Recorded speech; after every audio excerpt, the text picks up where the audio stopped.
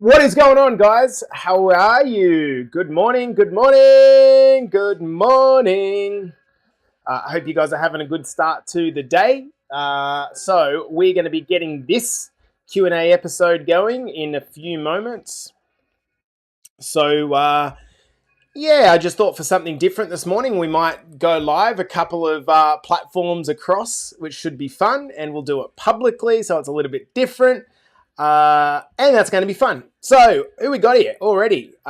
Christo, what's going on, brother? Good to see you in here, mate, as usual. The ever-present. We've got Bobby Gordon, my main man, Bobby. How are you, pal? Happy Friday to you, Bobby, you little legend. We've got Matty Ball in here. Matty, you are getting into some serious momentum, bro. Good to see you in here. Kel, that video the other night was fucking hilarious. I hope you're good, Kel. It's nice to see your face in here. Travi, what's going on, brother? I hope you've had a good start to the morning, my man. Tezzy, of course. We've got all the legends, all the creeps in here. So good. Now, if you are watching this one live, guys, please say hi in the comments so I actually know who the hell I'm talking to. It's really nice. I say this every episode of the podcast or Q&A that it makes the world of difference to me when I actually know who's watching, and it feels good. So we've got Matty Harvey in here as well, bro. Matty, I hope you're well, my man. Coach Carls, what's going on, girl? I hope you're good. Ms. Waters, I hope you are having a beautiful start to the morning with your lovely family. And Danny Williams, my dude, good to see you in here, pal. Guys, we're going to get this one started in a couple of moments. But I do want to start off by mentioning two things, okay? Two things. Hey, Jack, how are you, girl? I love your new Is that a new profile photo? I haven't seen that one before. Anyway, two things, guys. Here they are. Number one is that shortly after this Q&A that I do here, we are going to be launching our first Mother's Day free transformation giveaway. So we decided that this would be fun because there's a lot of mums out there that are, working so freaking hard and they've dropped down their own priority list, right? And so it's a struggle for mums a lot of the time to be able to balance, off what to do. And then, of course, we get exposed to all these stupid diets and unsustainable workout programs. And so what we're going to do is give away three 6-week transformations starting Monday. 3 6-week transformations starting Monday for women who are not already in the academy and have been thinking about doing something. So to any of you ladies, particularly inside the Girls Academy, that have friends that you think would like to be a little bit like Bob Gordon and Kim Batten and Martine, these people that have Brad, that have absolutely killed it inside of Better Body Academy. If you know anyone, feel free to tag them in the post that we pop up after this Q&A. They need to apply themselves, okay? Just your nomination doesn't work. You tag them in the post, and then if they decide that they want to put their name in the hat, we're going to be announcing 3 winners on Sunday at 3 p.m. Sydney time.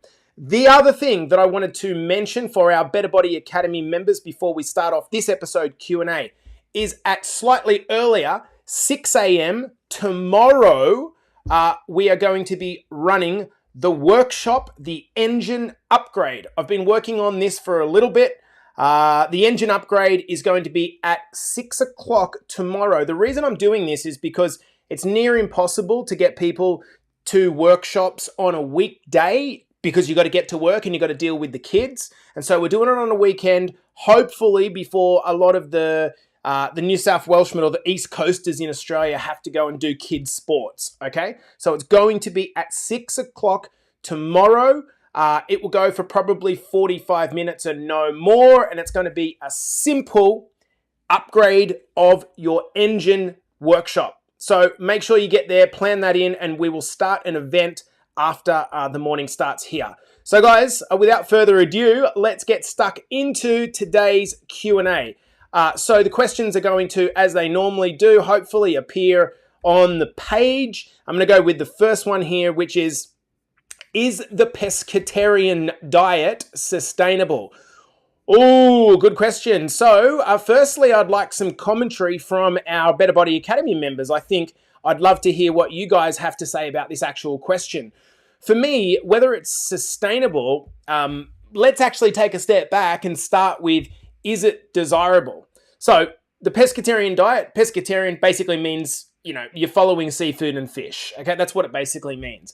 So, seafood and fish, really good, really important parts of our diet, and for a couple of reasons. Number one, fairly low in calories. Okay, so that's a good thing if weight management is one of the things that you want to get on top of. Fairly high in protein. This is why we call seafood a lean protein source. But as with all diets, if you were, somewhat intolerant to everything else and fish was the only thing that you could eat, well then, okay, perfect. It's a good fit. Having said that, one of the challenges is, why would we narrow our diet down so much when there's the opportunity to eat so many beautiful foods out there? Okay? Why would we narrow ourselves down? And this is my whole problem with keto. Feel free to quote the hashtag that we do whenever we hear the word keto in the Better Body Academy. Fuck keto.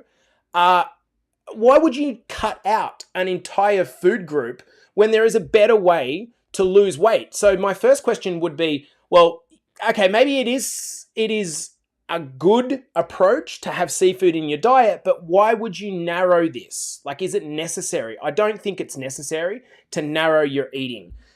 Is it sustainable? Well, I can't answer that, but I wouldn't think so. I wouldn't think that narrowing your meals down to just being fish-based is ever going to work.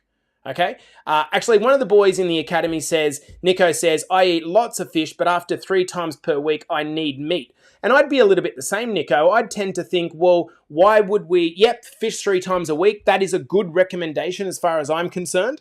But why would we then go to try to make it 6 or 7 days a week and make it undoable and almost turn ourselves off that thing? So that's the approach that I would take there. Totally agree. Tez asks, iron. Yeah, there is a little bit of iron in most fish sources, but I think the most important thing is varying your, even within a macro, or a group of foods like fish or meats or vegetables and fruit, it's good to have variation in the types, because what that means is that you're getting a variation in the types of micronutrients or vitamins and minerals that are actually in that food. And the more variation you have, the better it's going to be in terms of you making sure that you're hitting all of your needs on a daily basis. Let's get stuck into the next question. Great question to start. And Erin says variety is way more important. Yeah, or more sustainable. I agree totally, Ez. Should we prioritize machines over free weights?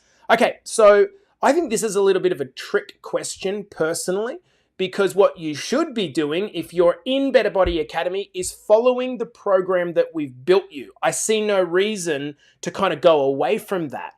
But as a general rule, I do think it's a good idea that particularly if we're new to gym, that we build our confidence slowly and sustainably. Let's face it, walking into a gym for the first time, like one of my clients, Matthew, did this week, first time in 3 years, he was super intimidated, but he ripped the scab off and did it. When you walk in for the first time, there's going to be a level of intimidation. And so you're probably not going to walk over to the squat rack and start squatting 100 kilos. Injury, not a good idea. So is it a good idea to instead start on maybe pin-loaded machines if you're a newbie and gradually build your time up? Yes, I do think that that's a smart idea. A lot of the pin-loaded machines, most of them, they're fixed. So you can't fall over. You are in it. So I'll give you an example. Let's pretend we're talking about a dumbbell chest press with dumbbells, where we're doing a bench press, versus a pin-loaded machine chest press. Well, obviously, the dumbbells, you're at greater risk of not being able to keep them stable and falling off the bench and dropping them and it being too heavy. Whereas with a pin-loaded chest press, you're going in one motion and it's taken care of. This basically is a great start point to anyone that is coming from not working out, or particularly you ladies that have spent the vast majority of your time in the circuit area, then the next progression would be to go down the line of using pin-loaded stuff. Before then, and eventually we can go into some more progressed movements that require dumbbells and barbells. Bob says, a good comment, I couldn't go to the gym without them. And I'm thinking he means pin-loaded machines.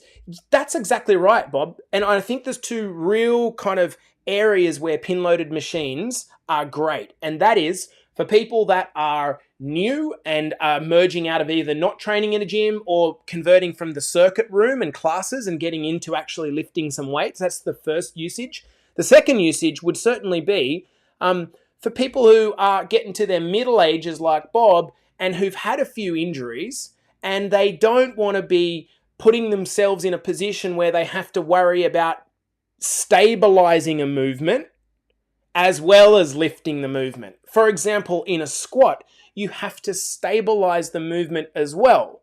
Whereas when you are doing it with, say, a leg press, then that's definitely going to help you because guess what? If it feels too heavy, you can put it down, you can adjust it quite quickly. So practically, I think this is a really good idea. I'm going to go to Jackie's question here. Is this like using barbell instead of dumbbells? As I feel, I don't hold them steady enough.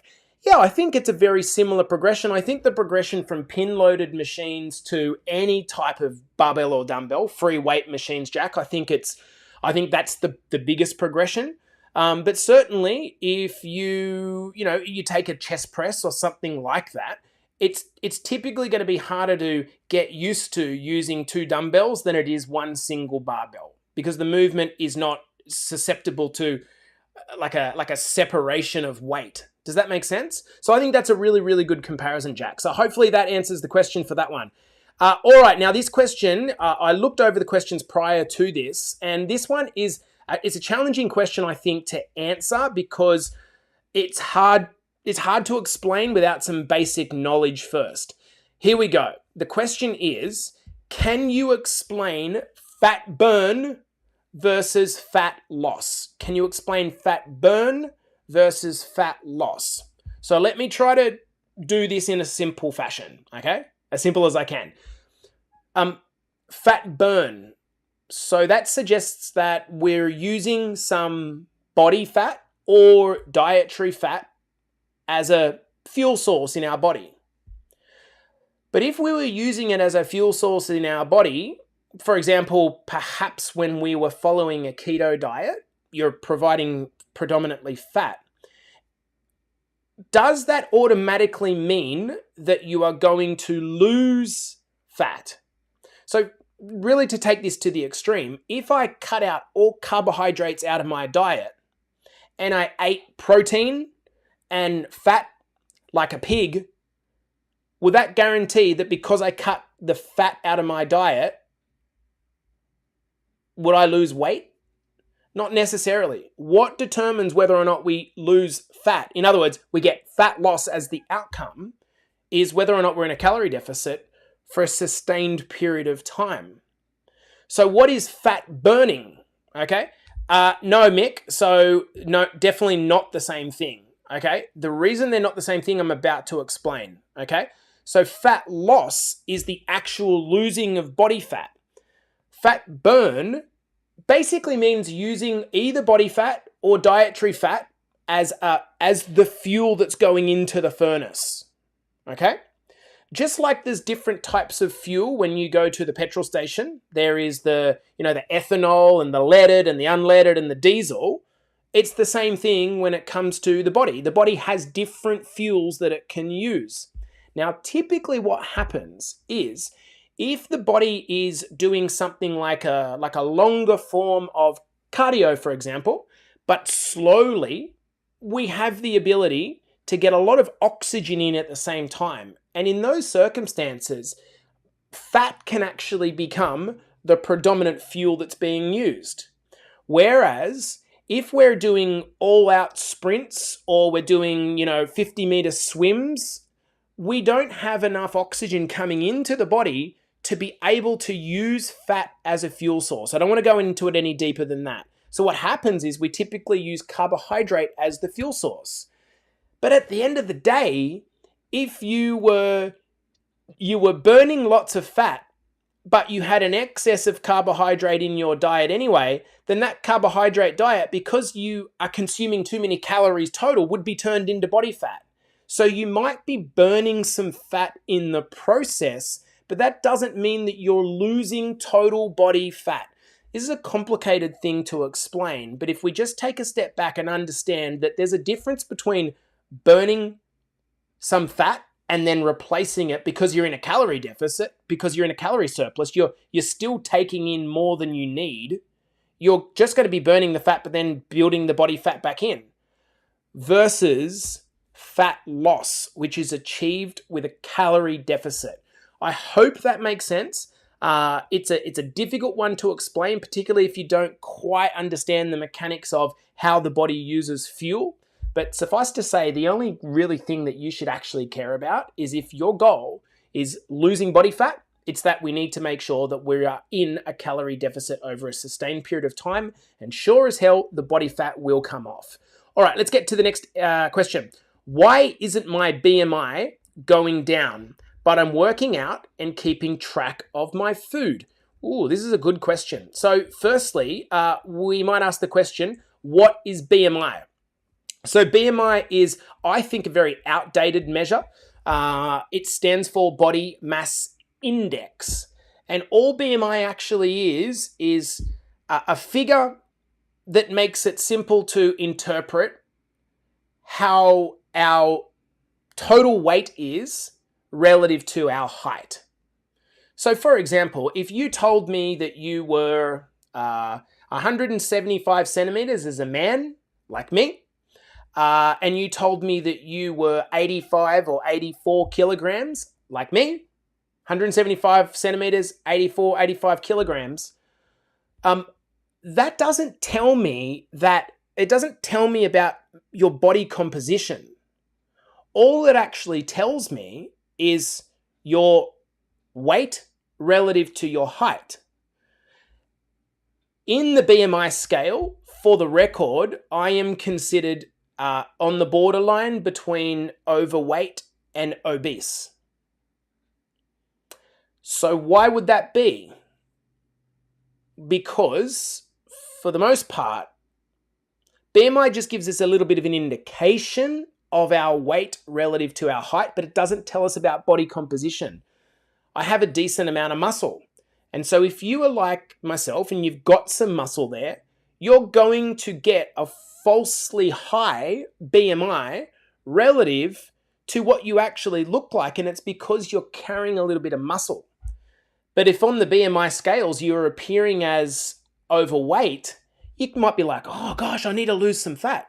No, this is one of the reasons why BMI and secondarily scale weight are in the large part, I think, unimportant relative to looking at your photos and looking at your waist and hip measurements, which give us much more insight into your body composition and the progress of your transformation. So the question is, why isn't my BMI going down, but I'm working out and keeping track of my food? Well, we just said that BMI isn't the greatest indicator of what's happening. So it might be that you are undergoing some initial muscle building. That would be a good reason. It could be that you have more fluid because you're more hydrated, and that could be a good thing. It could be that you're a woman and you're on your period at the moment and you're retaining water as part of the natural cycle. And so all of these things would play around with your weight on a day-to-day basis. And whenever the scale weight is impacted, the BMI is going to be impacted. And this is why I really do think that BMI is a largely shitty measure, because it gives us no insight into what's actually going on behind the scenes. So for me, whether you're in the academy or not, the best signs and progress of change are the measurables like waist and weight, the photos, and as Trav kind of indicates here in the comments, not an accurate indicator of health or physique. To take that a step further, are you getting stronger? Are your clothes fitting nicer? If you, like, regardless of what your weight says, if you're used to wearing an extra, extra large shirt and that extra, extra large shirt has gone from feeling super tight to feeling loose, well, either one of two things has happened. Either you've stretched it somehow or you're losing fat.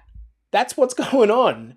And so we get so caught up in weight and getting addicted to the scales when the reality is there are better indications of your process over the long term, your progress, over the long term. All right, so let's get to the next question.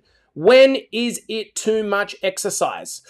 Okay, so I would say it's probably too much exercise when it's not sustainable. I don't know if I need to give a more detailed answer than that. One of the catalysts of people falling off their transformation program, whether you're in the BBA or whether you're outside of the BBA, yeah, Aaron says when you feel burned out. Yeah, I think that's a great answer. So when you're at the point where you're kind of like, this fucking sucks and I hate every bit about this, but I've got to get there, and I've been to the gym 5 days a week, but it's not sustainable. I can't keep doing it. Do you think that you're going to be able to do that for the rest of your life?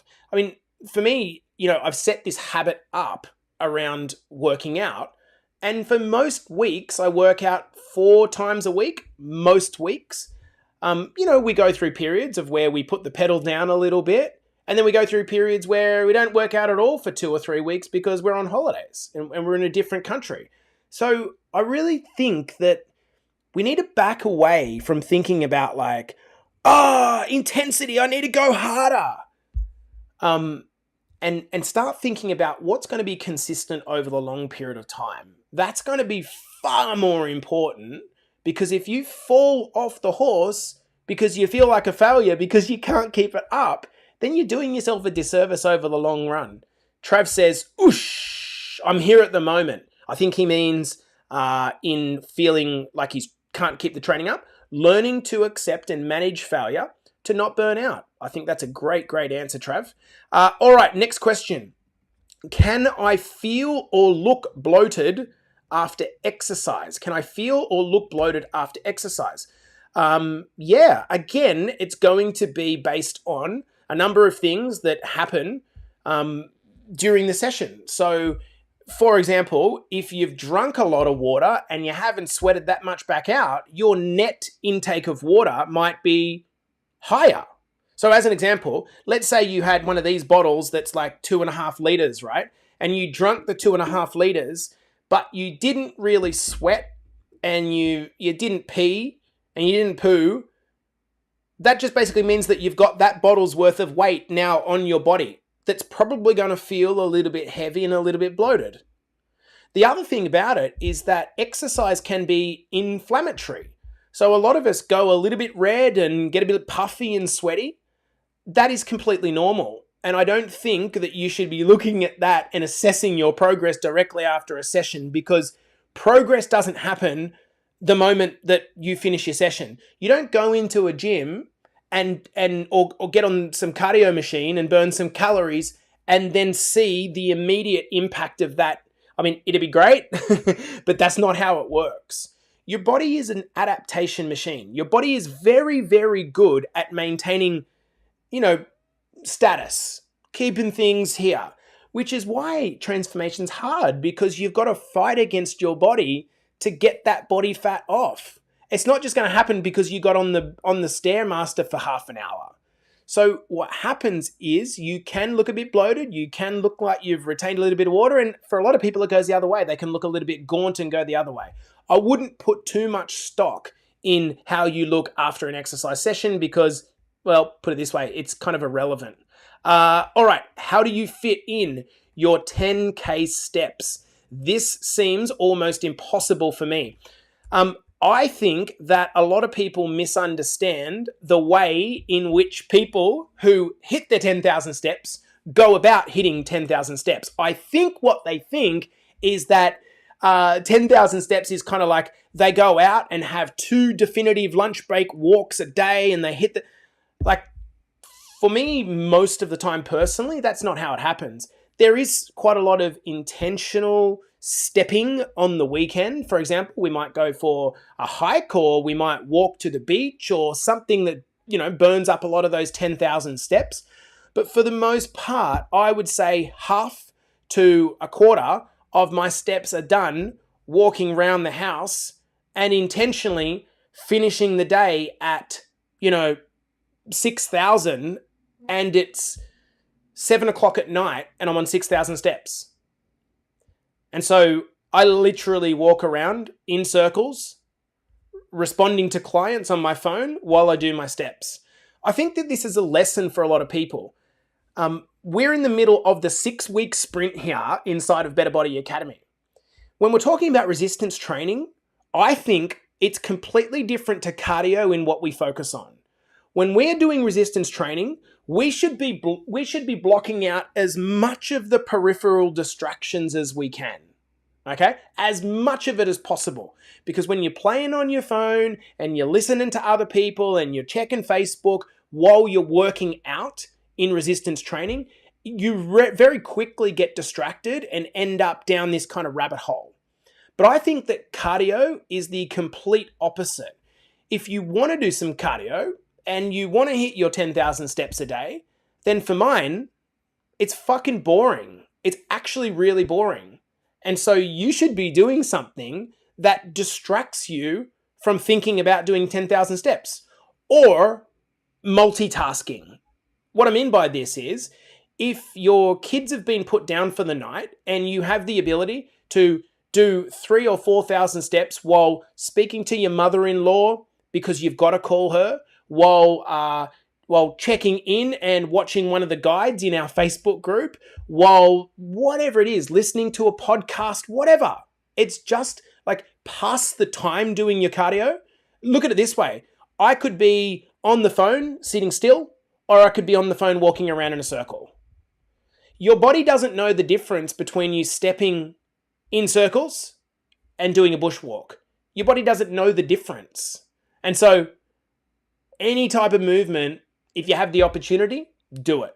So hopefully that answers the question with the 10,000 steps. All right, how do I find an outside support system?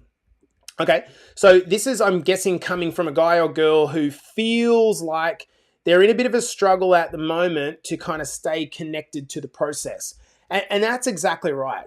This is why inside of the academy, we created this community. We created this community, guys, because we realized that it's just really hard to do things yourself.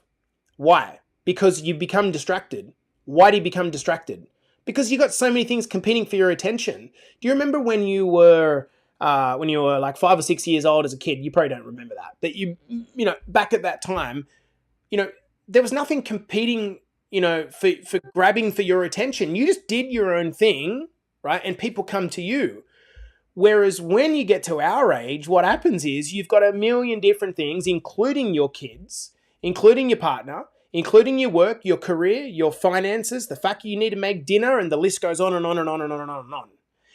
If you stay in your own bubble trying to deal with all that at one time, it is going to be a struggle. And if you are in the academy and you have not been connecting enough to the process and to our support system and to our community, this is the single reason why you are struggling. The single reason why you are struggling. People repeatedly say, I'm not a Facebook person. I don't give a fuck if you're not a Facebook person. Do you want results or not? If you want results, you will show up and you will connect to the other guys and girls in the group. And that's what's going to help you feel supported. A support system is almost like a net, right? Think of it like a guy on a tightrope, right? And that's you on the tightrope. And a lot of times when you're doing a transformation, it feels a little bit like you're on a tightrope, right? You're kind of, this is working. I'm trying to stay on track. And guess what? You will fall off at times. And if you fall off and you don't have a support system to catch you underneath it, well, then what's going to happen? You're going to stay down. There's no one to pick you back up again. If you've got a support system and you've created that by connecting with people around you that are on a similar mission to you, guess what? When you fall off, not if, when you fall off, you're going to have a bunch of community and coaches that are going to pick you back up again. And ultimately, that's what's going to keep you moving forward. Guys, I'm going to continue on with, I think we've got 2 or 3 more questions. Here we go. Would it be weird for me to start having headaches when I change my eating? No, that would not be weird at all. That would be quite normal, actually. So let me explain. When you go from eating what is the typical Western diet or eating system, which would be very high in refined carbohydrates, processed carbohydrates, including your sugars, very high in, not great fats. These things aren't particularly loved by the body. However, the body has become used to them. It'd be like taking your 30-year-old car and filling it up with ultra premium fuel. Although the premium fuel is a better fuel and a healthier fuel and a safer fuel, put in an old beaten up, bashed up car that survived on grudgy old leaded fuel for a period of time, how would the car go about adapting to the new fuel? Terribly. And that's exactly what happens when we start to do the same thing inside of Better Body Academy. When we start to change our eating, we're susceptible to getting some headaches. And the reason is because we're not getting all that simple sugar happening quick fire. Almost like the Red Bull hit of the caffeine. It's not coming through. So what ends up happening is we're training our body to manage our own appetite, to be fuller for longer off a high protein, high fiber style eating plan. And the carbohydrates that we are having in our diet are unprocessed, which basically means that they contain more fiber. It doesn't mean you can't have the occasional ice cream and a beer and all those types of things like we do. But there is a change in the predominant way that we're fueling our car, and this can lead to some initial headaches, okay? Those headaches will pass after 2, 3, or 4 weeks, and then you will never look back. You'll go back to, what'll happen is you'll go back to eating, a weekend like you used to, and you will feel shithouse off the back end of it, and you'll be like, oh, I don't want to do that anymore because it makes me feel garbage. All right, I think we got one more question, guys. Here we go. Is it a problem if I don't sweat and feel sore after the gym? So the short answer is on this, no, it's not a problem. Let's look at the two things separately. Sweat. We are not going into the gym with the predominant goal to get a sweat up. That's not the goal. Maybe if you're doing a circuit, yes. Maybe if you're doing some cardio, maybe. Okay, but the predominant goal of a gym session is to do resistance training, to apply some resistance to your muscles. That's the goal. The goal isn't to sweat.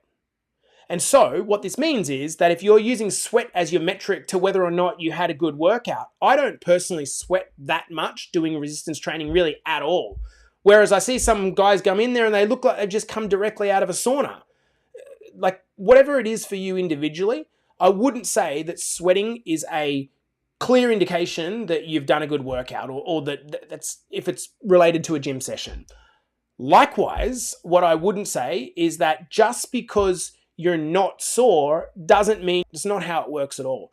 I've said this a million times inside the academy. I typically get really sore in the legs and not very sore in the upper body. The reasoning for that, not exactly sure. But this is despite training for a long period of time. I still get sore in the legs. So what I would say is that, is it good if you're sore? Yeah. If the soreness is in the belly of the muscle, if it's here, but if the soreness is around more the joints, then it's probably that your body is just not yet used to lifting weights. It's like, or you've got a pre-existing injury. They're the two things that kind of come to mind there. So what I would say is that soreness, if you have it, is probably a good indication that you've had a good workout, particularly if it's a day or two after your workout. But if you're not sore, that doesn't necessarily mean that it's been a bad workout, because growth can happen if you are consistent and you're doing the right thing. And if you're looking to lose fat, you're in a calorie deficit. These are the metrics that we should be paying more attention to. Does this make sense? Okay, guys, that is a wrap for today's Q&A. I hope that one was helpful. Lots of really, really good questions in today's episode. Shortly, in a moment, we are going to be posting and launching our Mother's Day giveaway where we're bringing in 3 new ladies into the academy to do a 6-week transformation. So if you have any mums, sisters, daughters that you feel would like to get involved, you can either tag them in the comments or you can send them a message and tell them to come over and apply.